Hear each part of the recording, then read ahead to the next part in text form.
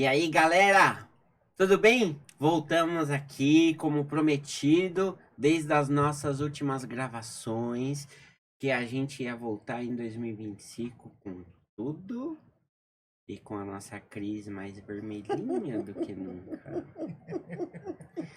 Com a nossa pilota do avião, que é a Adri, que pilota Sim. esse avião.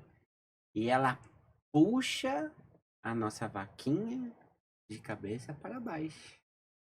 Sim. No artigo que ela trouxe a ideia basilar da gente construir esse trabalho. E nesse sentido, a gente vai fazer um trabalho que a gente vai buscar aqui fazer uma compreensão, uma reflexão. E para mim é muito importante porque eu venho dessa construção, até rimou, né? Uhum. Que é Poético.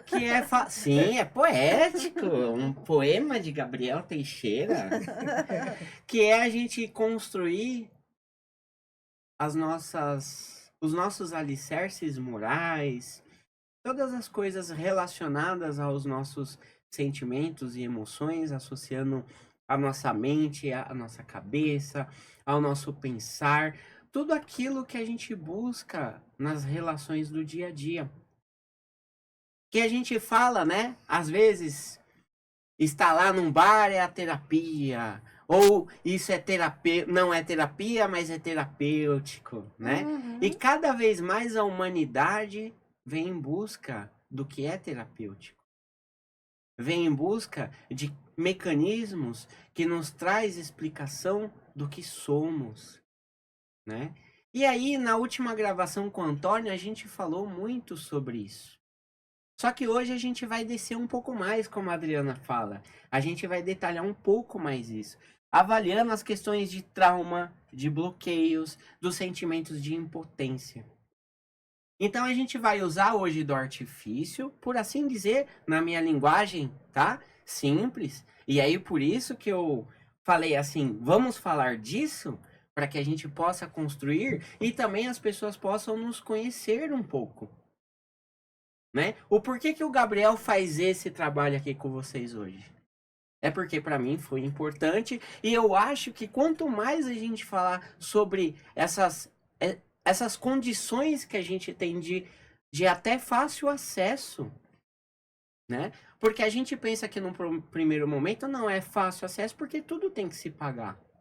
Mas quando a gente fala assim, eu vou buscar o meu amigo para trocar uma conversa, um diálogo, construir um pensamento, olhar para o outro para eu poder me enxergar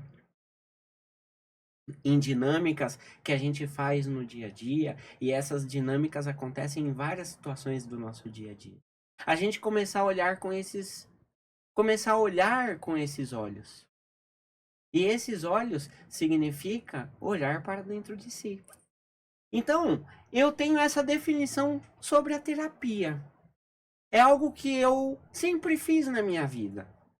Mas chegou um certo momento que era tão complexo que eu tive que fazer isso com um profissional que foi o Antônio.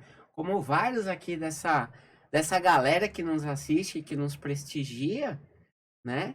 Sendo amigos ou não, ou pessoas que têm as passagens aí na vida das pessoas que nós convidamos aqui para o bate-papo, né? E é assim que a coisa vai se construindo do boca a boca, né? Do conhecer novas pessoas, novas possibilidades, novas fontes, e é assim que a gente vai evoluindo também a nossa essência e o nosso conhecimento, porque a gente vai trocando com as outras pessoas. Por isso que eu acredito que Deus deu a língua pra gente, não é só pra gente falar mal dos outros ou para julgar os outros, mas é também um espelho para que a gente possa pôr para fora o que está dentro com o outro e na percepção do outro a gente poder se enxergar o que está dentro. Então eu digo que a nossa língua é como um espelho. Quando a gente põe para fora, a gente começa a se enxergar, mas não com os olhos, não com os olhos do globo ocular, mas com os olhos do coração. Então eu entendi, fazendo a terapia lá com o Antônio, quase 8 anos, eu entendi esse processo. Entender e sentir. Que aí eu acho que é tudo isso que a gente vem construindo aqui com a nossa vaquinha, na nossa curva, etc e tal. Esta curva não é a estatística da matemática ou da economia, mas esta curva é uma percepção. E essa percepção só é possível ser alcançada pela comunicação. Quando eu falo, eu externo o que está dentro de mim, eu passo a sentir o que está dentro de mim a partir das emoções que eu coloco naquilo que eu estou vivendo e que eu estou dizendo.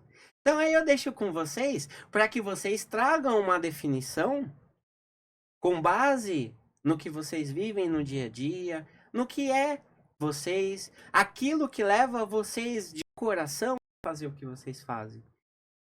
E a gente está aqui para falar também de nós, mas não dos detalhes da nossa vida, se eu sou rico, se eu tenho 50 mil na conta, se eu tenho... Não. Porque tudo é uma conexão. Como que a gente conecta as pessoas naquilo que a gente quer viver, ou na experiência que a gente teve, e aquilo que a gente quer propagar para algum coletivo, para algum público, que às vezes precisa ouvir coisas assim. Então, a gente está aqui de coração. E de coração, a gente começar a mostrar o que verdadeiramente a gente quer entregar para as pessoas. Então, eu, Gabriel, posso dizer por mim, eu quero entregar para as pessoas aquilo que meu pai e minha mãe me deu condições de eu poder dar para mim. Independente se é rico ou não é rico. Mas com organização, com planejamento, e este planejamento dedicado à cura de alguém que precisava. Então, quando a gente vai fazer a terapia, eu acho que a gente tem que ir com este coração do que realmente sou responsável, como a gente já falou em diversas gravações aqui. Mas essa responsabilidade, ela precisa ser aceita com humildade, não com vitimismo. E eu entender que se o que eu preciso receber é possível chegar até mim. Então, se eu espero uma casa do meu pai e da minha mãe, será que é possível o meu pai dar esta casa para mim? Isso é terapêutico, eu entender. Porque aí eu preciso ter a humildade, às vezes, que essa casa pode custar o alimento, o remédio, até o lazer de pessoas que trabalharam uma vida inteira para poder ter o descanso no final dela. E eu vou gerar uma necessidade que é minha, uma responsabilidade que precisa ser minha e não do meu pai e da minha mãe? Será que eu não preciso de terapia?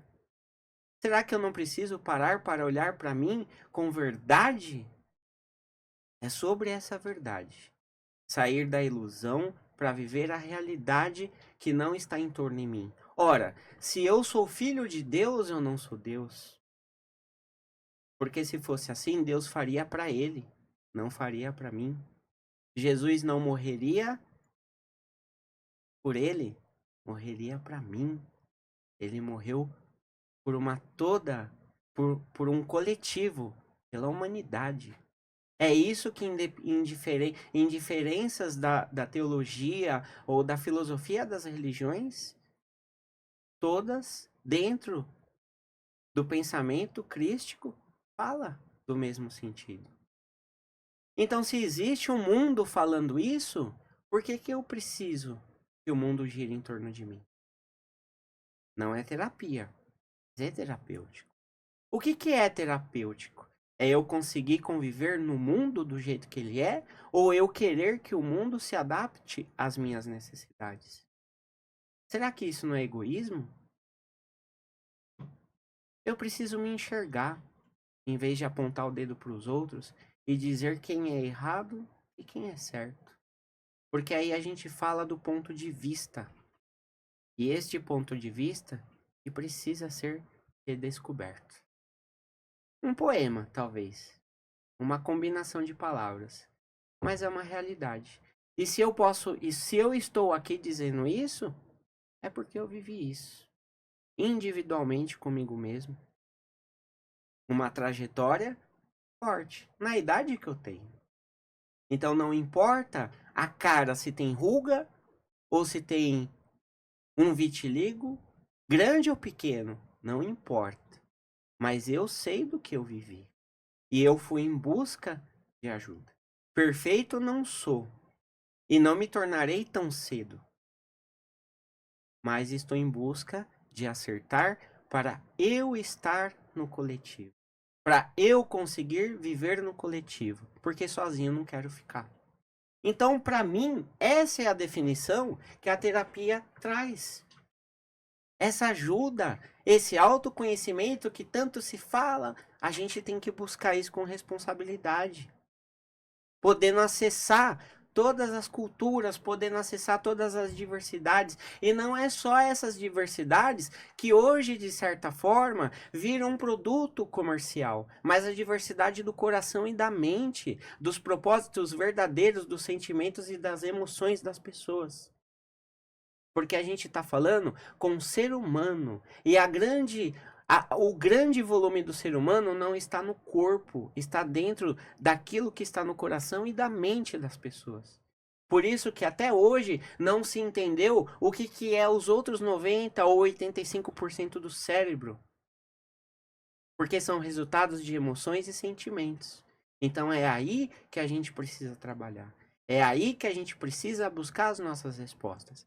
Então, essa para mim é a definição de terapia. E eu não sou terapeuta, não sou psicólogo e nem vou estudar isso. Mas eu quero dizer o seguinte, do mais positivo que tudo isso que existe no mundo trouxe para minha vida. Por isso essa cabeça, essa vaquinha esférica, ela tá de cabeça para baixo. Porque quando a gente fala de sair do normal, do cotidiano, empregado pelas pessoas, acomodadas na subserviência, como o Antônio falou aqui na última gravação, quem está nos vendo agora, vai lá para a última gravação que vai entender esse contexto que eu estou trazendo aqui. Tem quase 2 horas de vídeo lá falando sobre isso. É isso, é a gente conseguir entrar nesse mundo aqui, ó, nessa civilização desses prédios, dessas casas, dessas empresas, deste coletivo, em busca da conquista material. Só que lá fora, a gente tem uma epidemia de doenças mentais. Pessoas vivendo à base de remédio. É isso que eu não quis para minha vida. Então, se eu conseguir, muitas outras pessoas lá fora também podem conseguir. É possível. É possível eu ter autodefinição do que sou eu, das minhas pernas que eu tenho e para onde elas precisam ir. Essa construção precisa partir de mim, não do meu marido, não da minha mulher, não dos meus filhos, não do meu pai, não da minha mãe. Precisa partir de mim. E o mundo, na literatura, da ciência, da medicina, das religiões, já trazem muito isso pra gente. A gente tem pessoas como estas que passam ou passaram ou estão nesse mesmo problema. E são pessoas que falam para o público receitas positivas e às vezes é difícil para nós mesmos. Naquele ditado, casa de ferreiro, espeto de pau, é assim mesmo, essa é a realidade e a gente pode aceitar que se eu sou ferreiro, eu vou fazer um espeto de pau, não importa. O que importa é que esse espeto funcione. Seja para pôr a carne ou legumes, ou seja para espetar alguém e você afastar esse alguém da tua vida que te faz mal, para que essa pessoa perceba que ela precisa ser responsável pela caminhada dela. Antes que a gente pegue uma doença e a gente pare no mundo da matéria e da conquista. A gente precisa viver. E aí, quando eu falo do Antônio, o Antônio vem com a filosofia que ele já falou hoje que na primeira gravação, que viver é bom, que viver é lindo. Quando a gente trouxe a Célia aqui e falou sobre a caridade, aquilo que eu gero oportunidade para as pessoas, enquanto uma instituição que a gente apoia, que a gente está aqui falando, que seja para 10 pessoas que nos assistem, mas a gente está tentando fazer alguma coisa para ajudar mais pessoas, dentro do que a gente pode apoiar a Célia e o Nerly que fazem o trabalho lá de assistência. Não importa, mas é o que a gente está conseguindo gerar a partir deste trabalho que a gente faz aqui com o Anderson. A gente está fazendo alguma coisa pela humanidade. Não importa seja entregar a cestinha que aconteceu no final do ano, que todas aquelas famílias eu não pude participar. Mas a gente viu pessoas novas participando daquilo. Foi um ano de trabalho que possibilitou, como possibilita há anos, o Recanto fazer aquilo. Não foi um privilégio de 2024. Acontece há anos. E pessoas tiveram um final de ano melhor. Enquanto outras estão no meio da guerra, vendo parentes mortos por causa de egoísmo de outras pessoas que se põem ao poder de alguma coisa. Então é isso. O que é terapia? Para que serve a terapia? Por que eu tenho que entrar na terapia? Para eu me enxergar, para eu me entender, para eu me aceitar, para eu mudar o que precisa ser mudado. De novo, eu sempre vou ter minhas falhas. Eu sempre vou cometer meus erros. Mas as consequências precisam ser assumidas por mim. E eu preciso vivenciar isso. É isso que eu deixo aqui com o coração das mensagens do que é essa definição. E aí, eu queria perguntar para vocês. O que vocês entendem? E aí vocês estão livres. De forma técnica ou não técnica, não importa. Mas vamos falar do que está no coração e na nossa mente, do que a gente pensa sobre isso. Para que as pessoas possam se conectar com isso, para que as pessoas possam entender e a gente fazer uma filosofia, uma reflexão aqui. Tá bom? A Cris e a Adri, com vocês. Começar.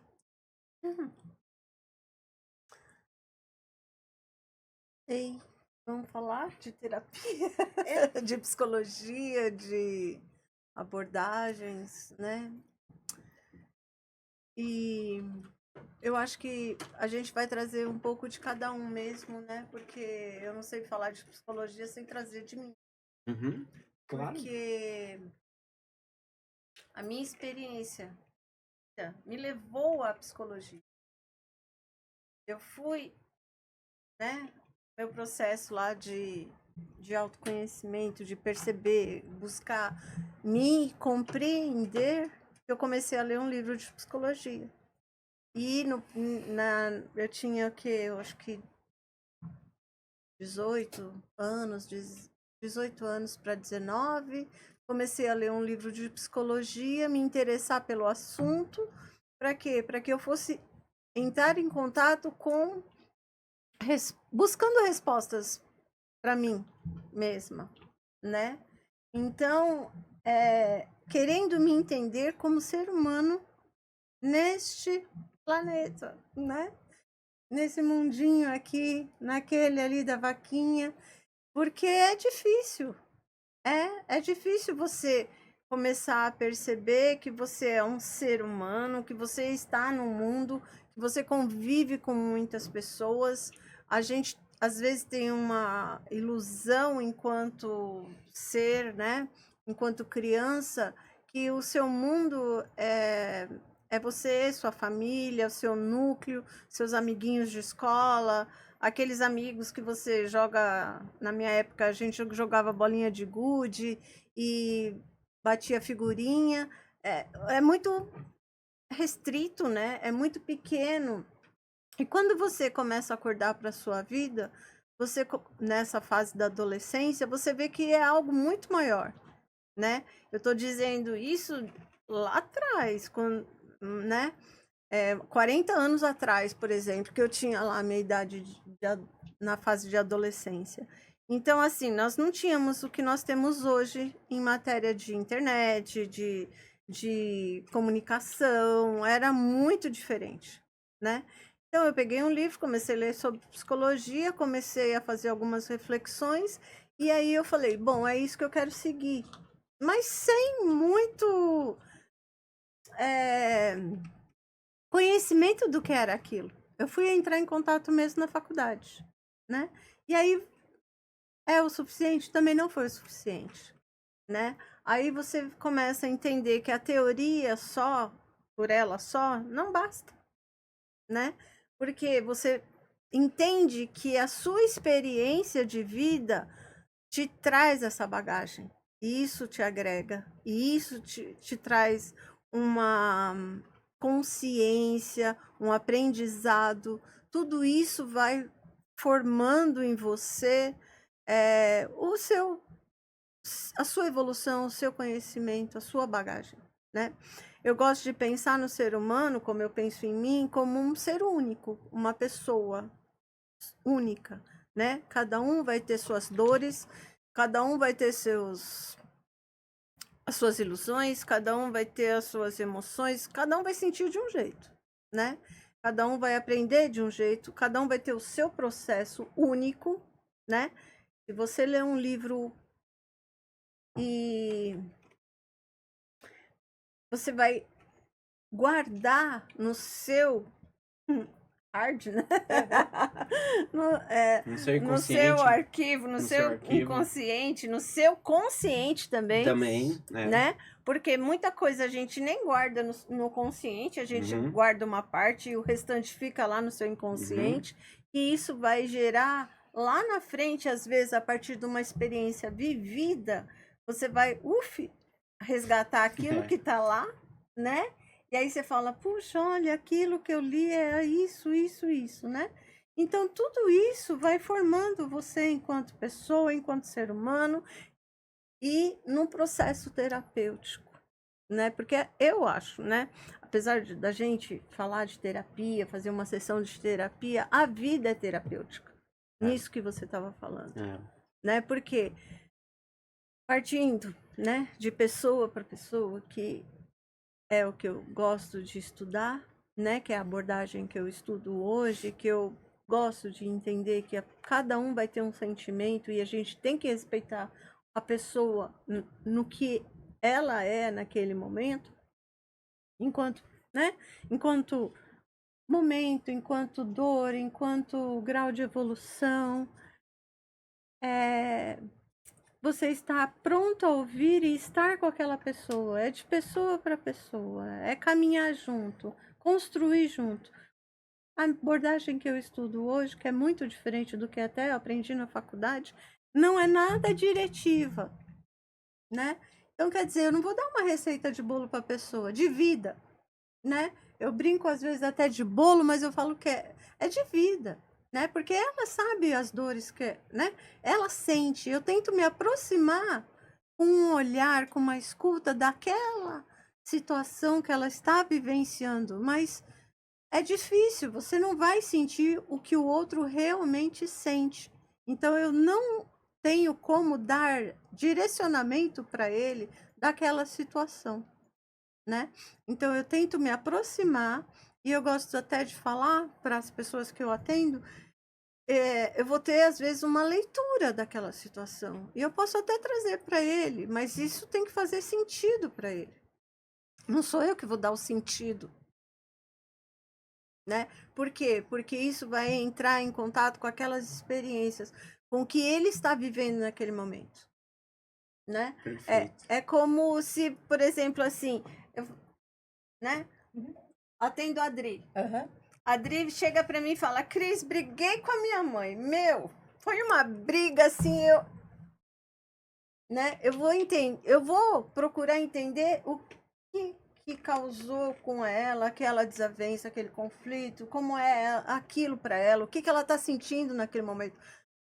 Eu não vou chegar para ela e falar assim, Dri, isso é corriqueiro, brigar com a mãe é normal, né? Não, não é isso. Né? O terapêutico não é você dar uma opinião para a pessoa, né? Eu vou entrar em contato com ela e falar assim, Dri, mas como, puxa, sinto muito. É muito difícil mesmo, né? A gente brigar com alguém, ter um conflito com alguém que a gente gosta, né? Que divide com a gente tanto tempo da nossa existência, da nossa caminhada. Como é isso para você? E é a Adri que vai me dizer o que ela... Qual é a receita de bolo dela, dessa experiência? Né? Eu não vou ficar minimizando a dor dela, diminuindo a situação, né? Porque para ela pode ter sido muito pesado. Você vai ajudar ela a olhar para essa situação? Sim, fazer ela a leitura dessa situação. Ela entender, né? Ela entender, né? Ela entrando em contato com tudo isso, talvez na próxima, né? Porque a gente briga com mãe Sim. o tempo inteiro, eu posso dizer isso para meus filhos, né? E eu não sou vítima e nem tampouco eles, Sim, né? sim. Porque são formas de pensamento. Eu penso de um jeito, eles pensam de outros, e assim, eu gosto de até, quando isso acontece, fazer uma leitura mesmo, São né? divergências, né? Sim, E- mas né? a gente não pode aprender com elas. Exato, exato. Né? Eu não tenho poder absoluto, né, de controle de nada, de dizer que eu sei mais do que eles, porque eles me trazem muito também, muito aprendizado, muita experiência e muito do que eles sentem em relação. Porque se a gente for entender, antes de passar para Adri, se a gente for entender um pouco disso, a gente precisa olhar para o mundo. Quando a gente fala de Sim. realidade, então vamos numa prática. A gente nasce numa única nação e a gente tem uma porção de nações, de culturas diferentes, e dentro dessa cultura você tem uma pulverização de pensamentos, de valores, de crença. Então, como que nós, enquanto indivíduos que está numa nação e dentro de uma nação, num estado, numa cidade, num bairro, a gente vai querer competir com a verdade do mundo? É impossível, né? Então, se a gente olhar desse panorama, eu acho que a gente começa a entender que as divergências, elas não necessariamente precisam ser aquecidas pelas emoções. Mas a gente precisa entender quais são as emoções para a gente conseguir administrar essas emoções e aí, com racionalidade, a gente dialogar sobre isso, Sim. né? Mas quando é possível... E aí entra aquela história. É uma via de duas mãos. Para que isso aconteça, os dois lados, quando a gente fala do lado positivo e o lado negativo, e isso é variável, e isso não quer dizer que seja ruim ou bom, um é melhor que o outro, não importa. O negativo e o positivo é natural, ele sempre vai existir. São os polos da eletricidade, é natural. Sim. Essa luz que está aqui iluminando o estúdio do estúdio Pode Ver é algo natural, né? Que existe todo um aparato de engenharia, mas é algo que vem da natureza. Então, é natural o positivo e o negativo, o mal e o bom, e assim Sim. por diante. Mas a gente, quando aprender por meio dessas terapias, como você falou da sua abordagem, da forma de você trazer, você trabalhar aquele paciente, aquela pessoa que você está atendendo, o seu cliente, não é paciente, é o seu cliente, né? Porque paciente é quem está enfermo. As questões, quando a gente vai buscar uma terapia, a gente não está enfermo, a gente está aí buscando a terapia justamente para não virar enfermo, Sim, né? Porque sim. quando eu estou em desequilíbrio, eu vou infartar, eu vou começar a fazer um monte de coisa. Então, assim, eu entendo isso. Isso é normal. Por isso que a gente precisa entender que não é o mundo que gira em torno da gente. É a gente que vai pro mundo, né? Sim. E quando a gente for se colocando em igualdade aos outros, tudo fica mais leve. Faz sentido, Cris? Faz É muito isso. sentido, Bacana. muito bom. Né? Agora eu passo para Adri. Tá. É isso aí, Então, vamos lá, vamos lá. Adri. Você começou falando da sua experiência como terapiando, né? Como Uhum. alguém que usou o serviço da terapia como uma coisa que te ajudou. Sim. A Cris seguiu carreira desde o começo, né? Optou isso como um meio, não só um meio de vida, mas assim, uma missão de vida, desde sempre, né? Não adianta, você começou lá atrás e era o seu caminho, eu não. A minha história está no meio de vocês dois. A minha história é diferente e é igual a de vocês dois somadas. Eu sou química. Sim. Eu prestei vestibular porque eu queria química, porque um dia eu vi numa lousa uma equação de oxirredução escrita em giz branco numa lousa verde, em que um cromato passava do amarelo para o laranja, em que isso me foi dito em aula. E eu falei, eu tenho que fazer esse troço. Então, assim, eu venho de uma área acadêmica muito voltada à ciência, da ciência pura até, que é quase ciência pura, né? Que é uma das três ciências básicas que geram todo o resto. Eu venho da química. Eu sou bacharel em química, eu sou bacharel industrial em química. Eu fiz mestrado com a polícia científica. Eu trabalhava com arma de fogo para poder fazer uma tese. Eu fui trabalhar na indústria química, fazendo pesquisa de produto, de processo, moléculas, gerenciando laboratório, gerenciando fábrica. Eu era uma pessoa de exatas. né? Não que eu não gostasse de uma coisa voltada para o esotérico, porque é isso que eu sou. Uma coisa voltada para o esotérico. Sempre adorei uma astrologia, um tarozinho, não é? Uns búzios, nossa senhora. Também, Né? Eu vou chegar, a gente vai misturar tudo aqui. Isso. Então, nesse momento em que eu estou numa carreira de exatas e que eu cresço rapidamente nessa carreira e alcanço um ponto na minha vida em que eu tinha, aos 33 anos, 33 é um número muito interessante, eu tinha, aos 33 anos, tudo que as pessoas têm, gostariam de ter, eu me vi completamente perdida. Eu falei, putz, eu lutei, cheguei aqui e só tem isso aqui? E aí vem o nevoeiro. E você fica perdido no nevoeiro. Peraí, se era só isso daqui, o que vai acontecer comigo daqui para frente? É só isso aqui? Acabou? Vou ficar nessa repeteco pro resto da vida? E aí escurece. E aí que eu fui para terapia. Então a terapia para mim foi uma lanterna. Alguém que me deu uma lanterna, aliás, que me disse que eu tinha uma lanterna, que me falou, aperta esse botão. Aí eu comecei a acender uma luz dentro do nevoeiro. Aí, com o tempo passando, essas pessoas que foram meus terapeutas de várias formas, elas foram me guiando por esse nevoeiro até que eu pudesse sair dele. Só que comigo, o grande barato foi que eu gostei tanto desse processo, que eu virei terapeuta. Eu mudei de carreira, sem mudar muito. Por quê? O que aconteceu comigo? Eu era uma química e foi procurar uma psicóloga. Aí foi a primeira pessoa que me atendeu, era psicóloga, tudo formalmente, plano de saúde, tá? Então, pelo plano de saúde, olha como as coisas são. Eu encontrei uma psicóloga genial, por quem eu tenho uma admiração profunda e sempre vou ter, Elisa Nassoni, o nome dela. Elisa era alquimista. Uau. Foi a Elisa que me apresentou a alquimia. Foi a Elisa que me jogou para a escola de alquimia do Joel Aleixo e me deu um empurrão, assim, no sentido de ajuda mesmo. Vou contar o caos para vocês. Uhum. Eu entrei numa consulta com ela, ela falou, você precisa ver isso aqui. Ela me sacou, né? Antes de mim, obviamente. E me falou assim, você precisa conhecer esse troço. Aí eu falei, legal, deixa eu ver, né? Nossa, que legal, tá? Fui lá, achei caro. Falei, nossa, Elisa, não vai rolar não, esse troço aqui é muito caro. Aí passou, isso a segunda já, consulta com ela. Na terceira, entre a segunda e a terceira, eu recebo um telefonema. Porque você foi sorteada aqui, né, para um desconto. Aí eu falei, aham, sei. Então, se você começar o curso, eu comecei. Aí eu fui nesse terceiro evento, eu olhei pra cara dela e falei assim, foi você, não foi? Aí ela riu. Porque ela foi lá, ela fez um jeitinho, e eu entrei na alquimia. E aí eu comecei com a alquimia. Aí eu comecei, porque toda alquimia depende da astrologia e vice-versa, né? Fui para astrologia. E eu sou química. Enquanto isso, nos empregos normais, trabalhando normalmente, parará. E aquela coisa de olhar para o tanque de produção e saber o que está acontecendo ali, sem saber por que você sabe, caminhando na vida. E fui virando. Enquanto isso, tudo isso em paralelo, eu encontrei o meu segundo terapeuta, que eu vou pular para poder falar dele depois. Num terceiro movimento da minha vida, eu fiz psicanálise. Porque é um barato, psicanálise. A psicanálise, ela te dá essa coisa que vocês comentaram aí, né? De entender, vamos pegar a briga da mãe, é boa.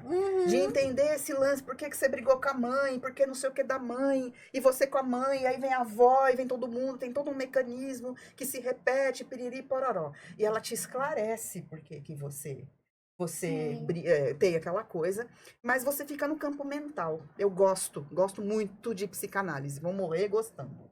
Acho divino. E a psicologia também, mas assim, no fim tudo é a mesma coisa. Mas o que eu posso dizer que salvou a minha vida, de verdade, foi a Gestalt terapia, a bioenergética, e vinculado aí a uns aspectos xamânicos que eu aprendi com o Luiz Antônio Gasparetto. Fui aluna dele durante muito tempo, ainda sou. Vou morrer sendo, não adianta, porque deixou tanta coisa também, né? Que não tem como você ter visto aquilo ali só em 10 anos, não. A Gestalt, no caso, ela faz com que você realmente olhe para você de uma forma que ninguém nunca te ensinou a olhar. Ela faz com que você tenha uma noção interna através do espírito. Aí, para juntar, piorou, né? Eu sou espiritualista. Então, assim, a gente trabalha hoje numa casa kardecista e faz um trabalho incrível ali, mas eu sou espiritualista, por definição. Então, eu não tenho nenhum preconceito ou problema com nada. Então, falou que é do outro mundo, eu tô dentro. Né? Tô dentro, me chama. Então, assim, a Gestalt faz com que você entre profundamente dentro de si e abaixo desse raciocínio em que você entende que você brigou com a sua mãe por causa deste mecanismo e deste mecanismo parari, pororó, que auxilia muito, ela vai abaixo, que é o que você falou que eu falo do cavar, você cava, cava, cava e entende a causa raiz que faz com que você tenha uma discussão com algum tipo de autoridade, ou seja lá o que for o motivo, e a partir dali é que você trabalha. E aí, o enredo, você esquece. Se foi a mãe, se foi a cunhada, se foi a sua tia, a irmã, a pessoa do lado que trabalha com você, não interessa mais. O que interessa agora é o senso, é o espírito. Então, quando a gente trabalha nesta linha, a gente entende como o espírito, você se comunica com esse espírito, como esse espírito trabalha no seu corpo, como ele se comunica com você através do seu corpo. Vou usar, né, os exemplos que a gente estava usando aqui. Alguma questão de corpo, alguma doença, algum sintoma, e aí a gente consegue correlacionar a psique da pessoa. E trazer também de volta partes internas dela que se afastaram no caminho. Então, terapia, para mim, é isso. Primeiro, é um jeito de você aprender a conversar consigo mesmo. Em que a meta última da terapia, no mundo ideal, é que cada um seja o terapeuta de si mesmo. Porque ninguém entende você melhor do que você, por melhor intencionado que o terapeuta seja. Com certeza. Não é verdade? É. Outra coisa também importante de se dizer, não dá para ter uma consulta com alguém sem que aquela pessoa que está sentada na sua frente não esteja falando de você também. Então, não existe atendimento terapêutico em que a pessoa da sua frente, o atendido, não esteja falando de você. Então, é um aprendizado, é uma dialética que acontece em que você ajuda ele a se enxergar e você se enxerga nele. Terapia, para mim, é um guia. É uma coisa que, no meu caso, me tirou do fundo do poço. Né? Então... Eu diria, como, né, complementando, né? Eu tô adotando esse jargão. Não diria mais, porque acho que dizer mais, eu quero dizer mais que você. Mas eu complementaria o que você está dizendo, que ela é um método, né? Que eu acho que esse método deveria ser compreendido por todas as pessoas. Isso. Qual a palavra que você usou me colocando? É terapeutiano? Terapiando. Terapiano. Sendo terapeuta ou terapiano, né? Lá de Tangamandápio. Tá certo, não contava com as suas astúcias. Não contava com as suas astúcias. Falta só a machadinha vermelhinha lá do Chapolin Colorado, que é a Cris, né? Logo ela que é a vermelhinha. Tudo certo. E aí, foi bacana, porque a Cris trouxe um método que ela usa, né? Da abordagem. E aí você trouxe um outro método, um mecanismo, né? Sim. E esse mecanismo é engraçado, olha, uma coisa que me veio aqui, tá? Me veio aqui. Uma leitura. Que nesta leitura diz o seguinte: você que aborda, faz o seu tipo de abordagem, e aí você ajuda a pessoa a visitar aquelas questões lá que ela trouxe sobre a briga da mãe. Aí você vai me corrigir, tá? Dentro dessa abordagem que você faz, a gente talvez pode dizer que você está ajudando essa pessoa a visitar o consciente daquela questão. Né? É o consciente, a situação e como... E aí, na abordagem que você diz pra gente aqui sobre a Gestalt, entre tantas outras que você citou, mas da Gestalt, você talvez ajuda a pessoa a se aprofundar nas questões do inconsciente? De um inconsciente que a gente aprendeu a não olhar, né? De um inconsciente que está lá, e até do consciente que está lá, que a gente olha a partir de pontos de vista pré-estabelecidos. Porque se eu tiver uma crença de que, meu Deus, eu não posso brigar com a mãe, por exemplo, coitada da mãe, né?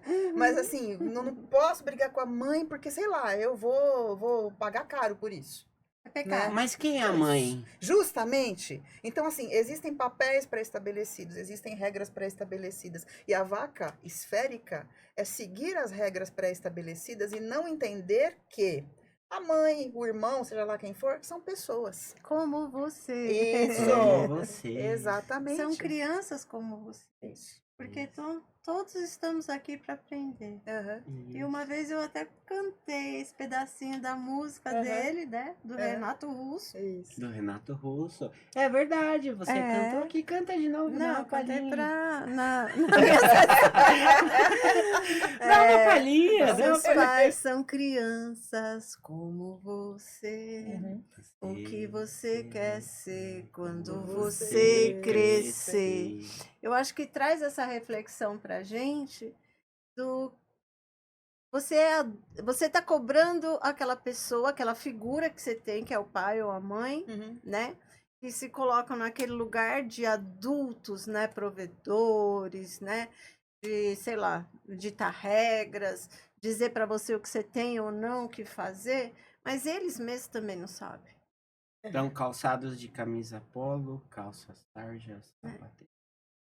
E no Gente. fundo usa o chinelo remendado, havaiana, com o pé ralado. Internamente pode ser Né? que sim. É porque a gente acaba meio que reproduzindo, eu acho, padrões de comportamento que nós recebemos também dos nossos pais, Uhum. que eles receberam dos nossos avós, que os avós receberam. Isso é um coletivo. Uhum.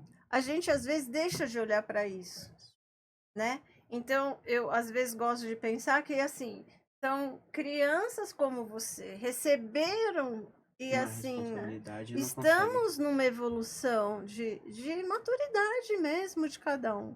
E a terapia traz esse conhecimento para você. Você entra em contato com o seu positivo e o seu negativo, do que você acerta ou do que você erra. Mas o que é certo? O que é errado? Exato. Né? Porque são crianças como você. Tem alguém ditando o que é certo e o que é errado, mas a gente realmente não sabe o que é certo e o que é errado. Pode ser que dê legal e pode ser que não dê. E tá tudo bem se não der. Você tem outras possibilidades de aprender de formas diferentes e um dia vai dar certo. E eu só preciso olhar para isso com humildade e com responsabilidade. Exato. E aí entender quais são as crenças que você tem que combinam com você, e aí você anda para frente. E quando você segue crenças externas que não combinam com você, e aí que você vai pro nevoeiro. Sim. Né? Porque E vocês estão falando uma coisa, e assim, eu adoro história. Né? Então, como eu já falei aqui no particular, quando eu era criança, eu queria entender, sabe? Porque assim, a minha família, como eu já falei, é de Portugal, né? Uhum. Então, nossa, o meu pai veio de navio 45 dias lá em 1900 e lá vai tio João do avesso de ponta cabeça, porque nem o tio existia, né? O U era o V e assim por diante, né? Sim. E aí, o que acontece? Eu queria entender, porque o meu pai sempre foi apaixonado por história, o meu pai sempre contou a história e tal. Aí eu queria entender por que esse processo? Por que meu pai teve que pegar um navio e vir pra cá, sendo que a família dele tava lá, e entendendo por que tudo aquilo repercutiu de uma forma negativa na infância do meu pai. E aí eu queria entender, porque e aí não era só o meu pai que fez aquilo, as pessoas que vieram antes do meu pai fizeram aquilo. Aí eu fui para a escola, comecei a entender que Cristóvão Colombo, Cabral, toda essa galera fez isso também. A minha professora Zita lá me ensinando dos incas, dos maias, dos astecas.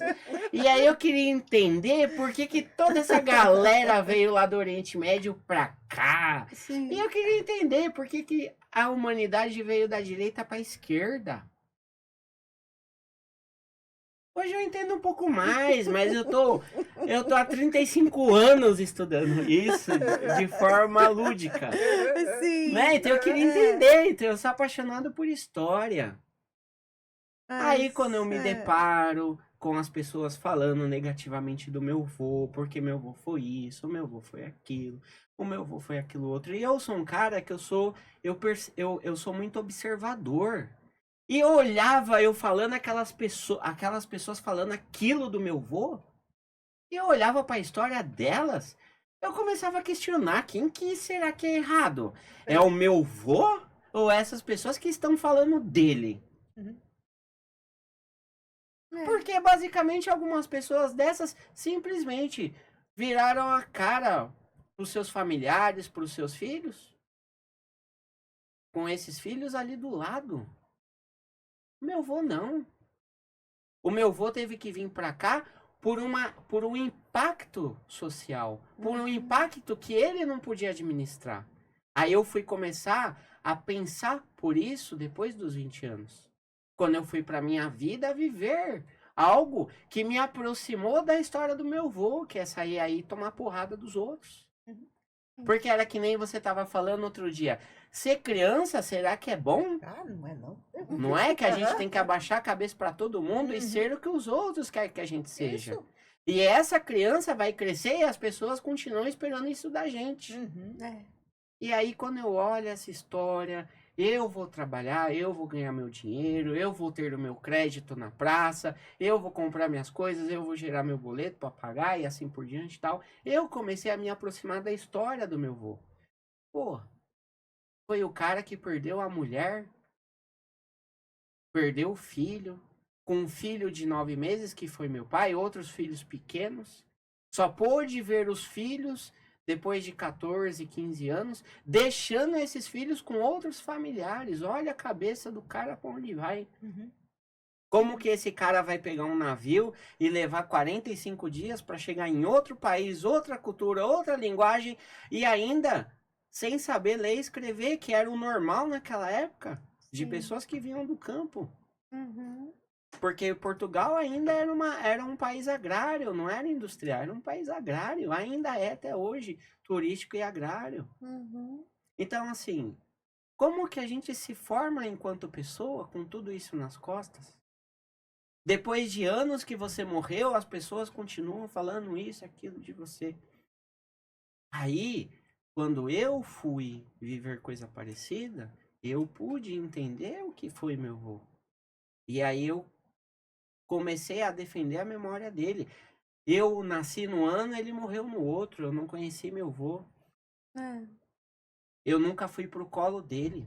Mal meu pai foi, quem dirá eu, né? Então, a gente sofre os impactos, mas a gente não pode ser vítima. E aí, com a história do meu avô, eu pude aprender. Por isso que a terapia me ajudou, porque eu me conectei com a minha ancestralidade. É isso que eu quero dizer no final de toda essa história.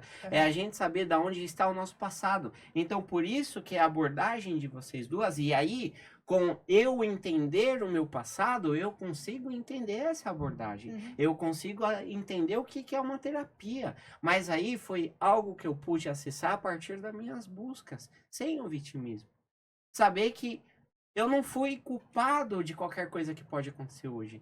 O meu pai ter nascido de uma forma e ter morrido de outra, também não me colocou nem eu nem ele numa posição de vitimismo. Foi a história. Sim. Foi a história. De vida de cada um, né? E não importa. É. Eu não posso ser orgulhoso positivamente, no sentido de eu sou melhor que alguém, porque eu posso ter vindo de uma família assim, parará, parará. Não importa. Eu não posso ser melhor, mas também não posso ser pior que ninguém. Por isso que ninguém pode pisar na minha cabeça, como pisaram na cabeça do meu avô, dizendo todas essas falácias do meu avô. E era um cara fechado, era um cara que se fechou para a vida, para o mundo, não teve outra família, não teve outro relacionamento, lutou até a morte dele pelos filhos dele. Ele pôde entregar para os filhos dele uma dívida que estava no coração dele. Foi isso que eu entendi da trajetória do meu avô. Então, por isso que a gente descobrir a nossa ancestralidade, o que a gente é no passado, talvez por isso, nunca fez eu brigar com meu pai. Que não fosse pro bem dele. Eu briguei com meu pai, mas era pro bem dele, assim como ele brigou comigo pro meu bem. E isso sempre foi entendido entre eu e ele. Nunca teve virada de cabeça porque eu não quero falar com você. Teve. Vou ficar em silêncio e vou pensar no que você está me dizendo. Isso é humano, isso é grande. Quem tem a capacidade de fazer isso sem virar a cabeça para o outro por causa de orgulho?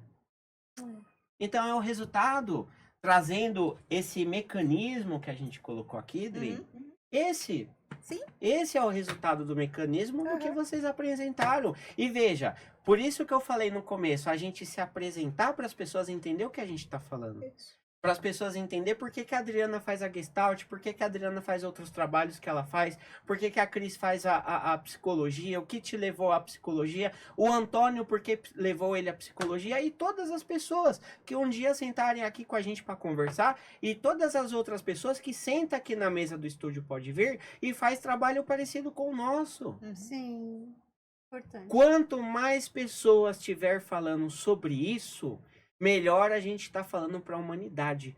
Porque esse é o problema da humanidade hoje. Não é inerente a mim, ou ao fulano, ao Beltrano, ao ciclano, porque é da religião X, Y, PTO, igual a Adriana colocou.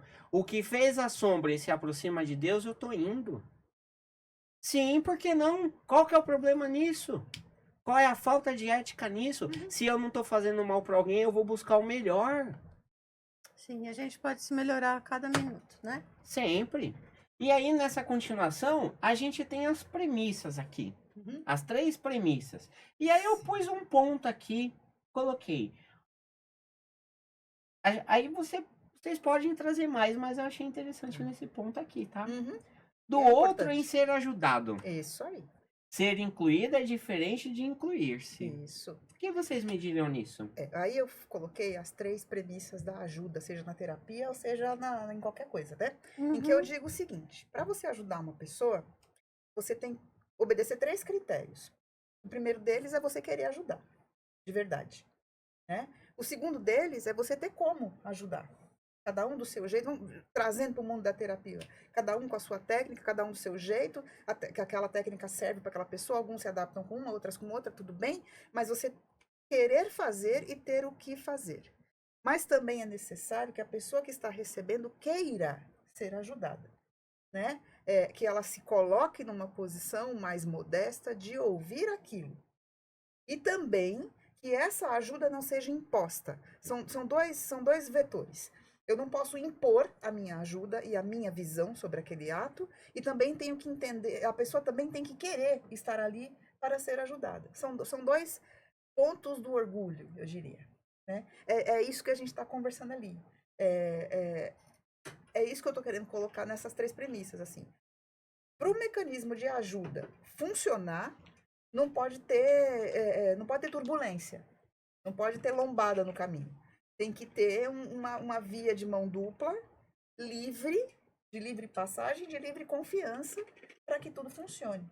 Era isso que eu estava querendo pôr quando eu mencionei dessas 3 premissas aí. Enfim. E nessas 3 premissas, quando a gente pensa no trauma, no bloqueio, na impotência, como que a gente pode chegar nisso? Como que a gente pode identificar que isso é um trauma, ou a pessoa identificar que isso é um trauma? Porque o trauma é, né, eu só vou tentar complementar aqui. Eu tô tentando. O trauma, ele vem de uma consequência inerente às minhas atitudes, também, ela pode vir das minhas atitudes, mas ela pode ser inerente às minhas atitudes, como por exemplo, eu citei o exemplo do meu pai.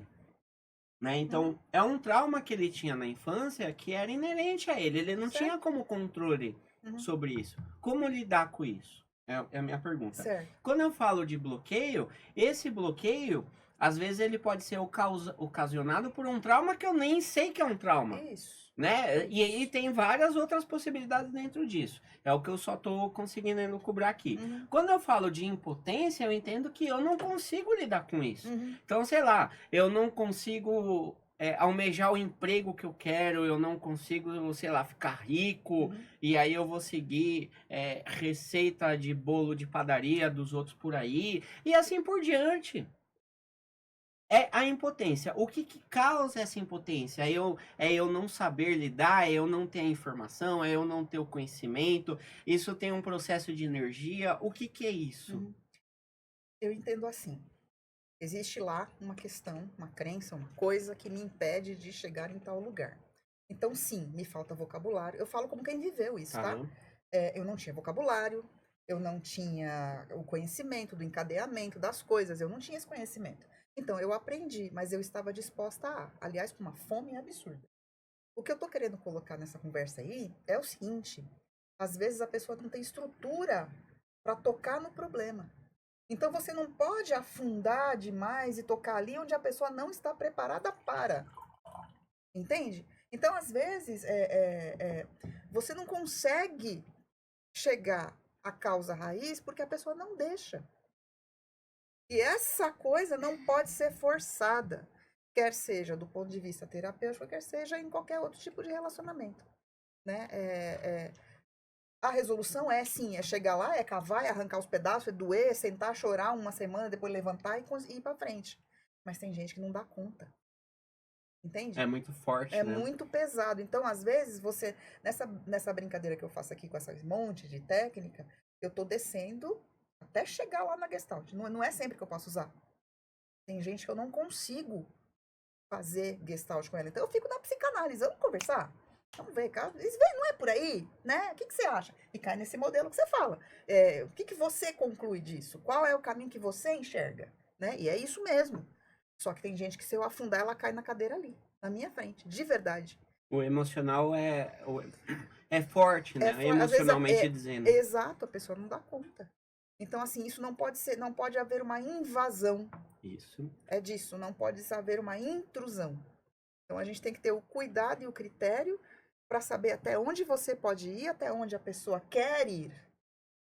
Porque tem gente que não vai para terapia de jeito nenhum, nem para fazer a primeira camada. Porque não quer, não tá na hora dela ainda. Mas você acha que quando a gente fala de experiências, de viver, igual o Antônio colocou aqui, viver é bom, etc e tal, a pessoa vai viver situações que seja, por exemplo, daqui 10 anos, certo, né?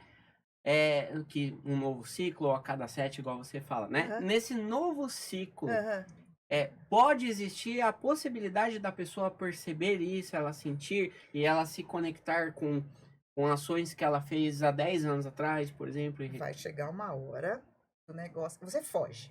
Você tá lá com o negócio, você pisou numa pedra, tem uma pedra dentro do seu sapato, você tá andando, você não fala, não tem pedra, imagina, tem pedra aqui. Eu continuo andando e a pedra vai machucando.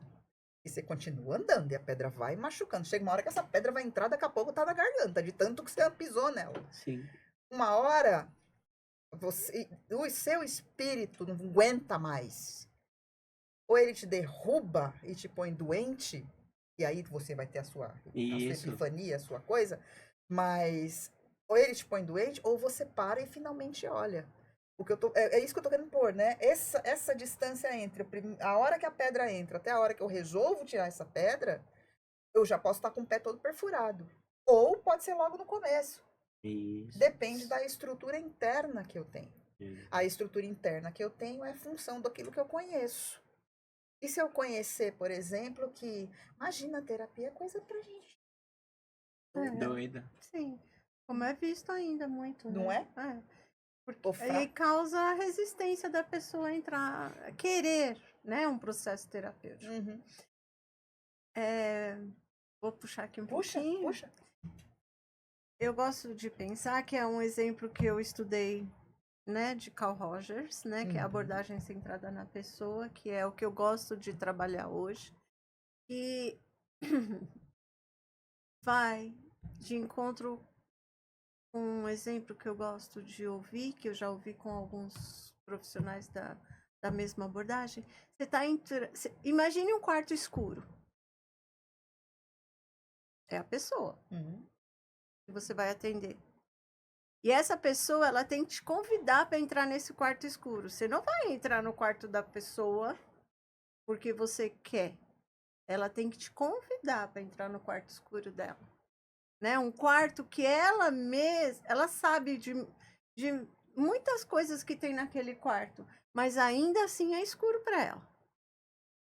Então ela vai te convidar, você está entrando nesse quarto escuro. Você não sabe o que tem ali. Ela vai ter que te apontar. E você vai ter que ter essa audição, você vai ter que ter essa compreensão, empatia, congruência, né? Você vai ter que ter essa percepção de estar entrando nesse quarto junto com ela. Sem dizer para ela onde ela tem que mexer, o que ela tem que pôr ali, para ela se movimentar melhor. Porque você não está conseguindo entrar no quarto dela. O quarto é dela. Ela vai pôr, ela vai disponibilizar onde vai ficar a cama, o armário, a sapateira, e você vai ter que entrar junto, né? Sem direcionar. Aos poucos ela vai te mostrando. Olha, isso é assim, né? Porque ela vai entrando em contato, porque o quarto é dela. E ela te mostrando tudo isso, ela vai estar fazendo outras leituras. Ela vai estar ressignificando tudo isso. Ela vai estar entrando em contato com coisas que está guardado ali naquele quarto. E vai ter coisas que ela não vai querer mais. E ela vai tirar. Vai ter coisas que ela vai querer mudar de lugar, né? Vai ter coisas que ela vai, sei lá, modificar, pintar de cor diferente. Mas o quarto é dela. Cris, essa chave a gente pode atrelar com sentimentos e emoções? Sim, lógico. Você vai estar se A gente conhecendo. pode dizer que os sentimentos e emoções é a chave para abrir a porta desse quarto escuro? Eu acho que é o momento que a pessoa tenta entrar em contato com o que ela realmente quer dela. Eu acho né? que esses sentimentos e emoções estão dentro das gavetas, dentro dos Isso. armários, debaixo da cama, atrás da porta, desse quarto escuro. Por que eu quero dizer isso? Porque assim, se eu tenho uma situação que me incomoda muito, Aham. essa situação pode ser a chave, certo? E dentro dessa situação, tô aqui elucubrando, dentro dessa situação, tá os sentimentos e emoções que me diz que aquilo não é bom pra mim, que aquilo não me faz bem. E quem diz que pra você não é bom? Porque me traz incômodos emocionais, por exemplo. Tá, E mas se esse incômodo emocional for justamente o que você precisa?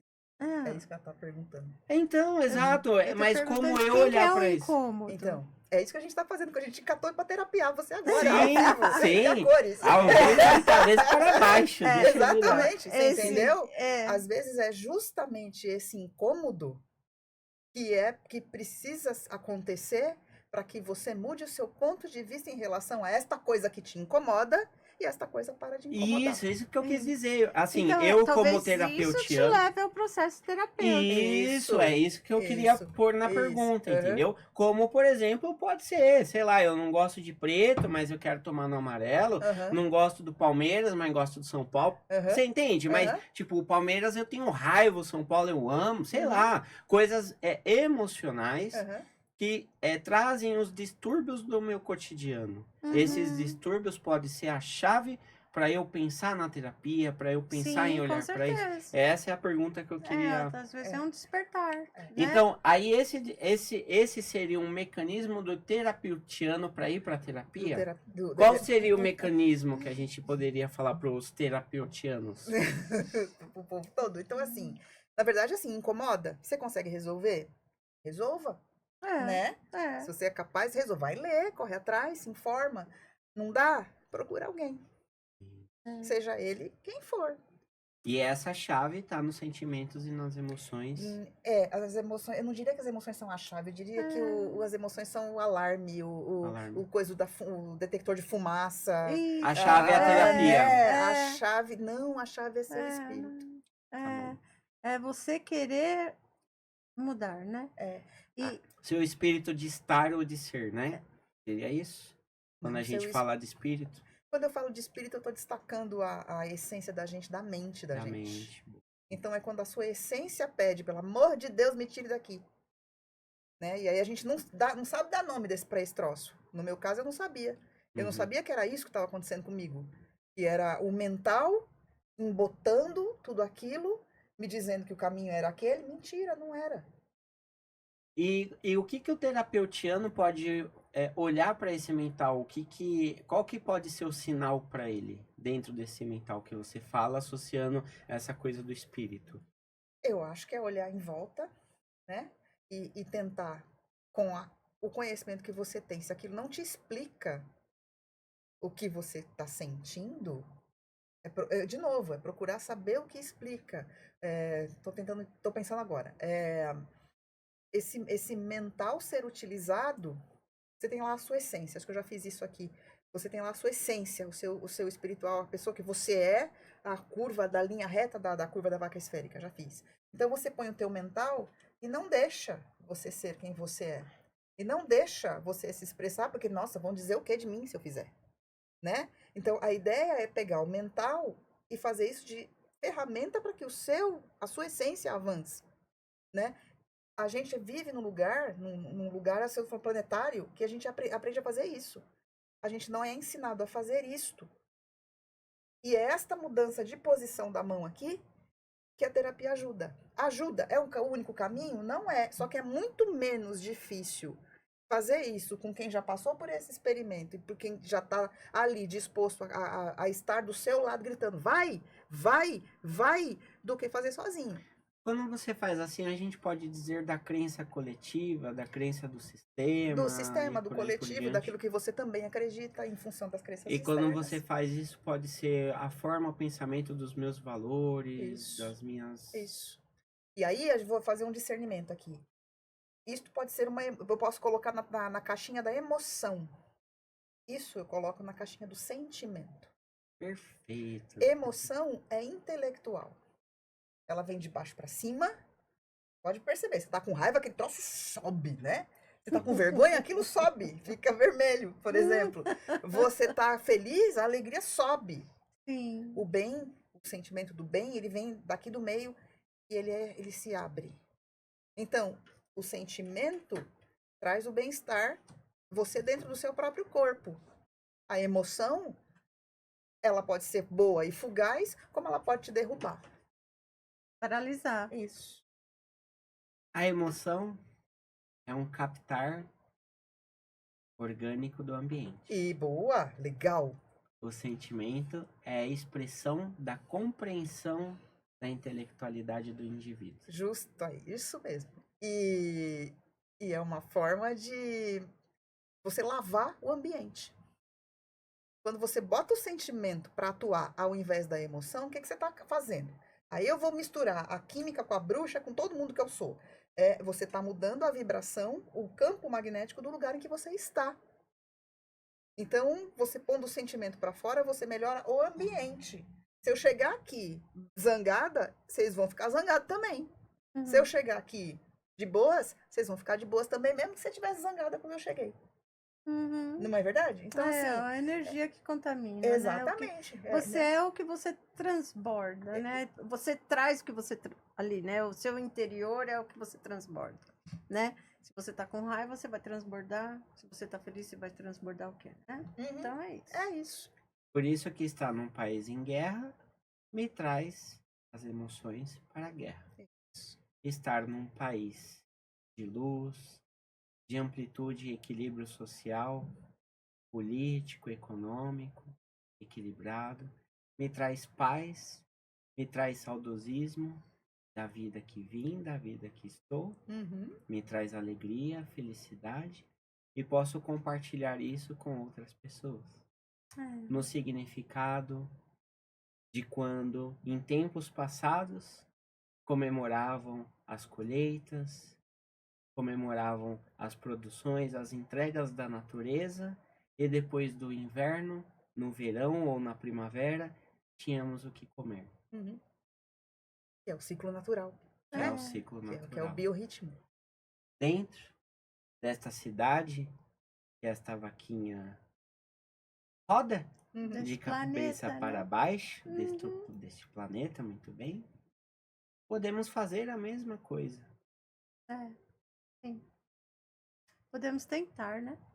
Aonde a colheita agora está no conhecimento, no autoconhecimento, nas percepções da emoção, para a transgressão dos sentimentos.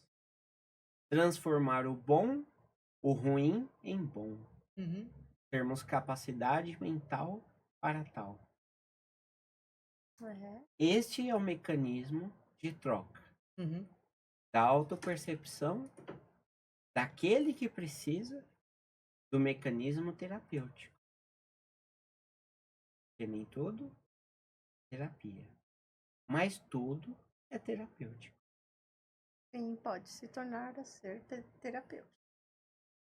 E aí eu faço aqui 2 perguntas. Dentro da atuação de vocês, do conhecimento de vocês, a gente já falou dos mecanismos. A gente pensou aqui se é possível que cada pessoa identifique o seu mecanismo. Uhum. Para as pessoas que estão nos ouvindo, como que ela pode refletir para ela identificar estes mecanismos? Eu sei que não é algo concreto, é algo abstrato, lúdico, tem uma porção de variedades. Mas dentro da experiência de vocês, e até pessoal, o que vocês conseguiriam dizer dessa autopercepção de eu identificar o mecanismo associado a mim enquanto indivíduo, que eu poderia buscar uma ajuda ou coisa do tipo? Ou começar a perceber a partir desta coisa do espírito, do mental que você falou. Eu acho que o caminho menos difícil, pelo menos para mim, tá? Eu vou falar de mim. Eu precisava dar nome para as coisas. Então, quando eu vi uma pessoa explicando que aquelas coisas que eu sentia tinham um nome, eu falava, nossa, era isso. Então, para mim, foi ficando cada vez mais fácil. E aí, para aprender a lidar com isso, eu tive que arrumar um balanço entre conhecimento que eu tinha e que eu precisava angariar, misturado com as emoções que eu tinha para tentar resolver, misturado com a exposição do sentimento. E me pôr na frente. O sentimento, no caso, era me pôr em primeiro lugar. Né? No sentido de, eu vou fazer aquilo que tem a ver comigo. Né? E aí você fica naquela coisa, mas aí eu vou abandonar, vou largar, e como é que foi? Não, você pode carregar tudo. Né? A minha opção pessoal foi carregar tudo. Eu continuo química. Não adianta. Né? Mas eu acho que só com conhecimento, mas de novo, não é um conhecimento fechado. Isto é isso. Não, este mecanismo me diz que eu estou sentindo tal coisa e essa coisa aparentemente tem esse nome. Eu saber que existe. Que existe, exatamente. Que tem nome esse troço que eu tô vivendo aqui, né? A partir disso, você pode, sozinho, descobrir um caminho para resolver isso. Vamos pegar aí ansiedade de Cristo aí. Ansiedade. Então você vai estudar sobre ansiedade, você vai correr atrás do ponto de vista psicológico, do ponto de vista psicanalítico, do ponto de vista, sei lá, qualquer coisa, né? E tentar entender como é que esses pensadores todos resolveram esse assunto, quais as propostas que essas pessoas têm. Você pode tentar, né? Você pode tentar fazer isso sozinho. Putz, por que não? Super válido. Só que vai demorar um pouquinho mais se você não tiver a prática. Você faz isso uma vez, você faz duas, você faz três, aí vai ficando mais fácil. Agora, se você começa com alguém te ajudando a caminhar nessa estrada aí, vai mais depressa. Você sofre menos.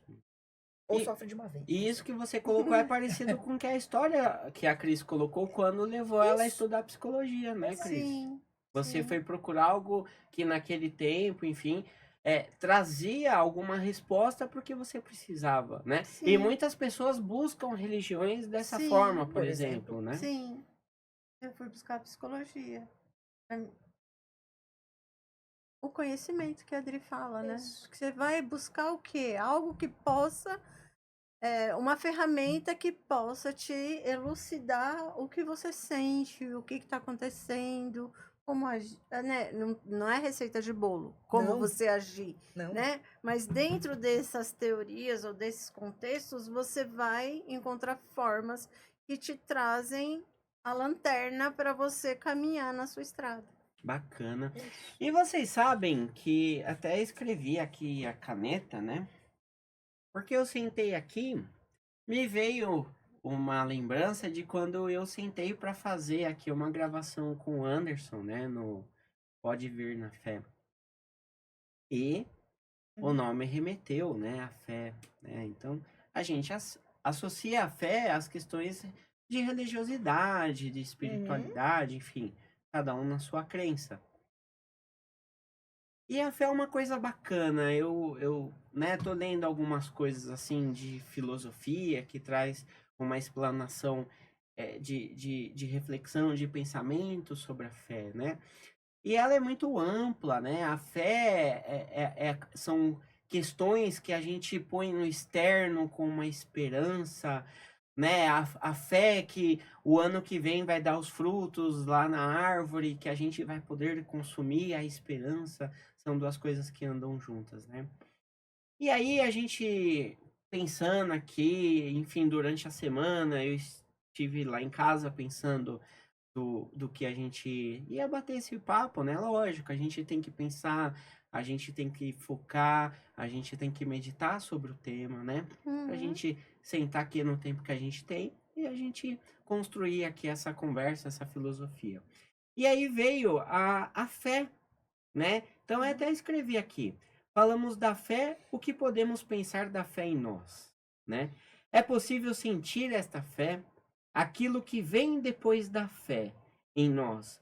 Podemos pensar em uma assimilação da aquisição deste conhecimento? Porque se a gente põe a fé em algo que a gente pode vivenciar, e quando a gente viver isso, pode se tornar um conhecimento.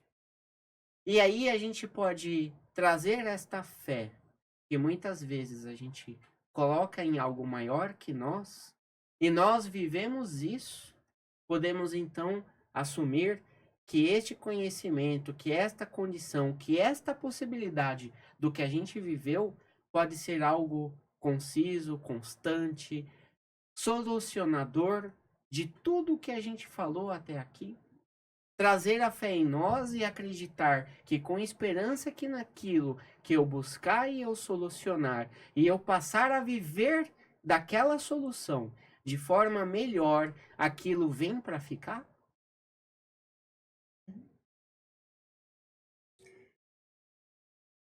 Fé, é o que você tá pondo, né? A gente põe lá fora. Não, mentira, não é pra pôr lá fora. É pra pôr pra gente mesmo.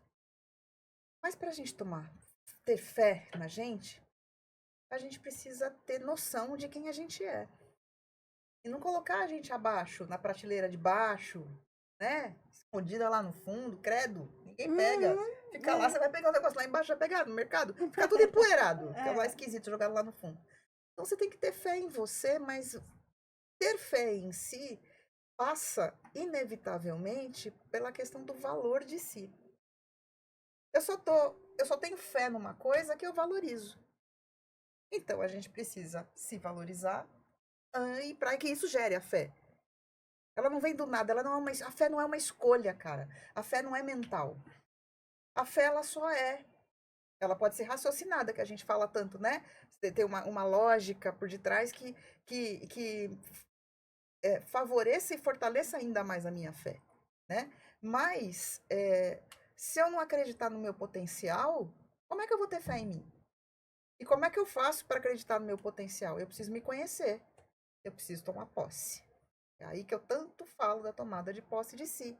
Porque se eu tomo posse de mim, eu me valorizo, eu me conheço, eu tenho fé em mim e nada me derruba. E aí eu entendo que eu faço parte do todo. E fazendo parte do todo, aí eu posso pôr a fé um pouco lá fora. Mas não só lá fora.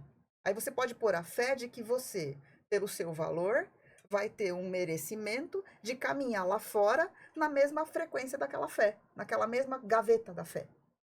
Isso é fé para mim. Quando você coloca eu passar a fazer parte do todo, Isso. e aí significa o que a gente falou lá no começo. Eu passo a entender que o mundo não gira em torno de mim, mas que eu faço parte do mundo. Fazer parte do todo.